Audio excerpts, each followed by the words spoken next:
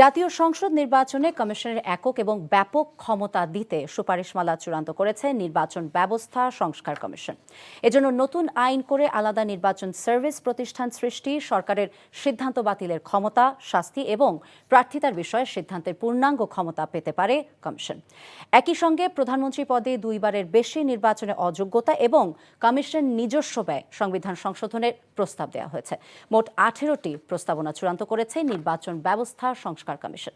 আরিজ আহমেদকে সাথে নিয়ে নিয়ামুল আজিজ সাদেকের রিপোর্ট।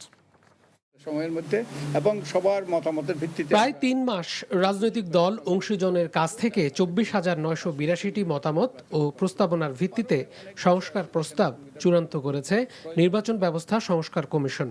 পুরো প্রস্তাবনা জুড়ে নির্বাচন কমিশনকে শক্তিশালী করতে সংবিধান সংশোধন আইন প্রণয়নের কথা জানাবে তারা। এটা অনেক কিছুর উপর নির্ভর করে। প্রথমত এটা বাদ দেওয়া হবে কিনা আমরা নিশ্চিত নই, কারণ এটা সংবিধান সংশোধন কমিটির পক্ষ থেকে এটার প্রস্তাব আসতে হবে, তারপরে এটা এই যে সরকার গ্রহণ করতে হবে, রাজনৈতিক দলগুলো একমত হইতে হবে। আমরা একটা নীতিমালার সুপারিশ করব অতীতের যে এই দুঃখজনক ঘটনা, কলঙ্কজনক ঘটনা আমি বলবো, এগুলো যেন পুনরাবৃত্তি না হয়। সংবিধান সংশোধন করে কমিশনে নিয়োগে রাষ্ট্রপতির সঙ্গে প্রধানমন্ত্রীর পরামর্শের বিধান বাদ দেয়া, স্পিকারের নেতৃত্বে বিশেষ কমিটি করে কমিশনের ব্যয় নির্বাহ, তফসিলি নির্বাচনে আদালতের অযাচিত হস্তক্ষেপ বন্ধের সুপারিশ করা, সংসদের উচ্চকক্ষ ও নিম্নকক্ষ করা, যাদের গোপন ভোটে রাষ্ট্রপতি নির্বাচিত হবেন, দুটি কক্ষে দু ধরনের ভোটিং সিস্টেম করার সুপারিশ করা হয়েছে। একটা অন্যতম লক্ষ্য হল দ্বিকক্ষ বিশিষ্ট সংসদের ভারসাম্য সৃষ্টি করা, কিন্তু এটা নির্ভর করবে অনেক কিছুর উপর। এবার তো হবে না, পরের বারে এটা, কারণ এটা সংবিধান সংশোধন লাগবে। আরও নির্ভর করবে কী ধরনের রাষ্ট্রপতি হয়। রাষ্ট্রপতি যদি স্বাধীনচেতা হন, উনি যদি নিরপেক্ষ নির্দলীয় হন, তাহলে এটা সুফল বয়ে আনবে। সুপারিশমালায় আন্তর্জাতিক ট্রাইব্যুনালে দণ্ডিতদের নির্বাচনে অযোগ্য করা, ঋণ ও বিল খেলাপিদের অডিটের মাধ্যমে যাচাই ও দ্রুত নিষ্পত্তির ব্যবস্থা, জাতীয় পরিচয়পত্রের পূর্ণ নিয়ন্ত্রণ কমিশনে রাখা, না ভোট বেশি হলে ওই আসনে পুনর্নির্বাচন এবং ১০০টি আসনে ঘূর্ণায়মন পদ্ধতিতে সরাসরি সংরক্ষিত নারী আসনে নির্বাচন।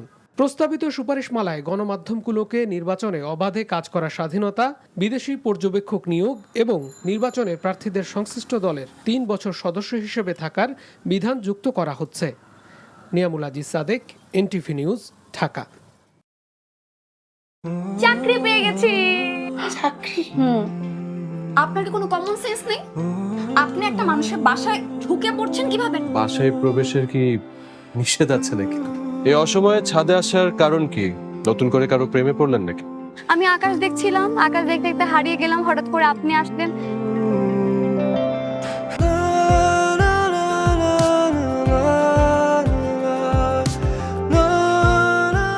তুমি এখানে কেন?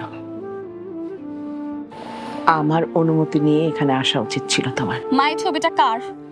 আমার ম্যাডাম এই ছবিটা দেখে প্রতিদিন কাঁদে কেন মা? এই মেয়েটা কি সব কথা বলছে? মারিয়া, তোমার কি হয়েছে? আজ এত বছর পর কি শাস্তি দিব আপনাকে বলেন তো?